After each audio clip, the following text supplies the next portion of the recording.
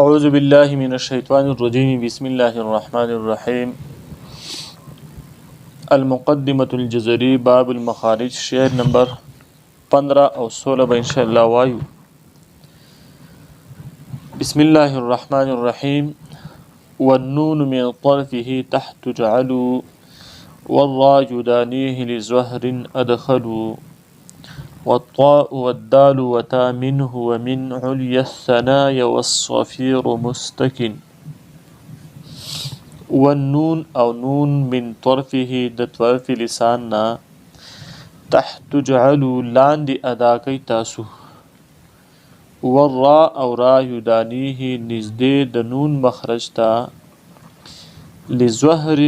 ادخلوا پشت زبان ته پکې زیاد دخل دی لزهرین پشت زبان ته پکې ادخلوا زیاد دخل دی والطاء والدال وتا منه ومن او ادا کوي طا دالتا منه د طرف لسان نا ومن عليا الثنايا او د ثنايا علياونا والصفير او حروف صفير مستقن ادا کیږي. د اشعارو کې امام جزري رحمه الله د نون را طا دالتا او د حروف صفیر تذکره کړي دا غي مخرج بیان کړي او نون ادا کیږي د طرف لسان نه په طرف هی کې چې کوم ضمیر د نو دارا جې لسان طرف ته ځکه چې د لسان مخارج شروع دي کوم حروف چې جبین ادا کیږي دا هغه تذکره شروع ده نو هغه طرف ته کې ضمیر راځي دي لیکن د لام په ادا کېدو کې زواحق دا شاند کې انیاب رباعی او ثنایا د غاخونو شاده چې کوم مرید هغه ته دخلو خو په نون کې به تی زواحق کټ کې صرف دغه پاتې شي انیاب رباعی او ثنایا پاتې شي د دې شاته چې کوم مرید د اغینا نون ادا کیږي. بیا پسې مخرج درا ذکر کوي چې ورا یدانیه لزهر ادخلوا او را نزدې د نون مخرج ته پشت زبان ته پکې زیات دخل دی مطلب د دې نه ادا کوي تاسو نو دا اصل کې داسې چې ويخرج الرا او ادا کیږي را یدانیه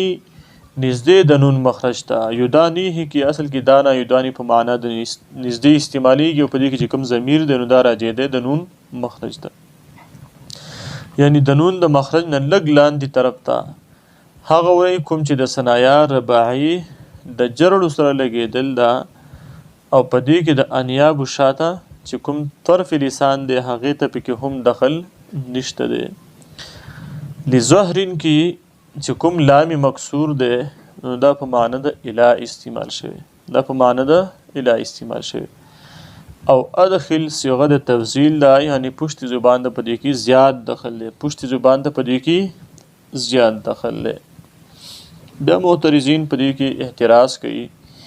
چې پدې کې خدغه خو تذکره ونه شو نو څنګه په کې تاسو چې کوم دی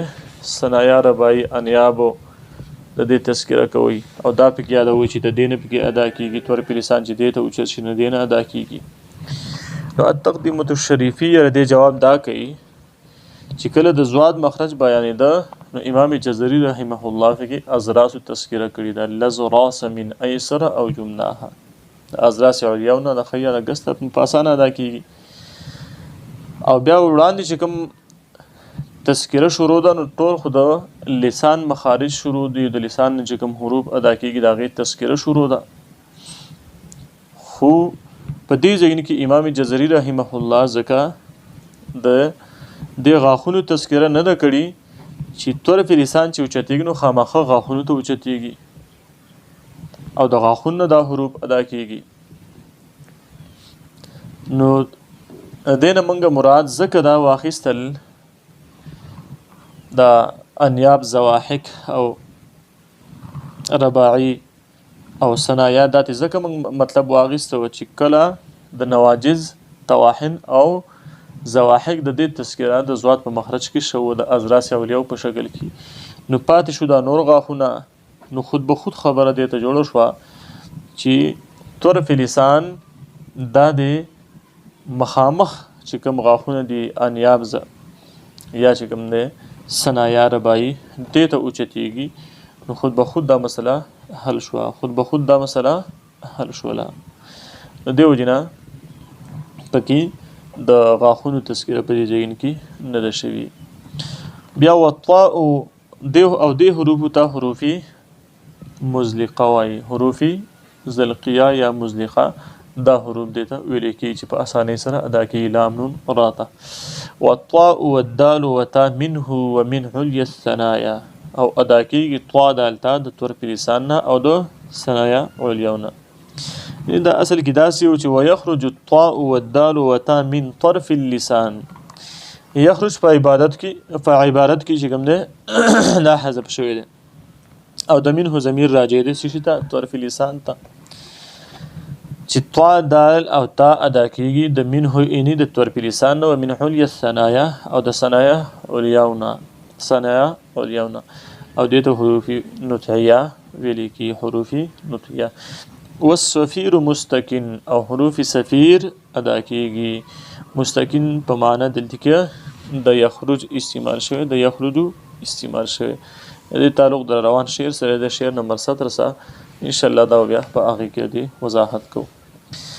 ترجمه ته وښی والنون او نون من طرفه د طرف لسان تحت جعلوا لاندې ادا کوي تاسو ورا او را یودانیه نزدې د نون مخرج ته لزهر پشت زبان ته پکې ادخلو زیات دخل مطلب دا چې را ادا کوي د نون مخرج ته نزدې خو پشت زبان پکې زیات دخل لري والطاء والدال وتا منه او ادا کوي طا دال تال د طرف لسان نه ومن عليا الثنايا د ثنايا عليا والصفير او حروف صفير مستقن ادا کیږي الله تعالی دې عزت عمل توفیق را نصیب کی